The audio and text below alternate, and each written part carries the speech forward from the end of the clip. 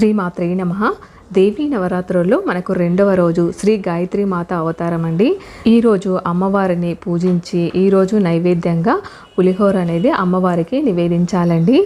గాయత్రీదేవి అనేక సమస్త వేదాల సారంగా అన్ని మంత్రాలకు మూలశక్తిగా అమ్మవారిని మనము పూజిస్తాము. అమ్మవారు 5 ముఖాలతో మనకు దర్శనమైతే ఇస్తుందండి. ఒక ముఖం వచ్చేసి ముత్యము, పగడము, బంగారు, నీలము, తెల్లని వర్ణాలతో మనకు పంచముఖాలతో అమ్మవారు రూపము మనకు దర్శనమిస్తుంది. గాయత్రి మాత వేదమాతగా అనేక దేవతలలో అత్యంత విశిష్టమైన స్థానం అమ్మవారికి లభించిందండి.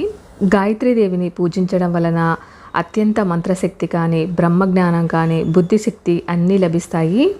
మన జీవితంలో అన్ని దోషాలు పోయి దుష్ఫలితాలన్నీ తొలగిపోయి మంచి జరుగుతుందని అమ్మవారిని ఈరోజు పూజిస్తారండి. మరొక వీడియోలో దేవీ నవరాత్రుల్లో 3వ రోజు అమ్మవారి అలంకరణ విశిష్టత తెలుసుకుందాం. ఇలాంటి మంచి ఇన్ఫర్మేషన్ కోసం మన ఛానల్ని సబ్స్క్రైబ్ చేయండి.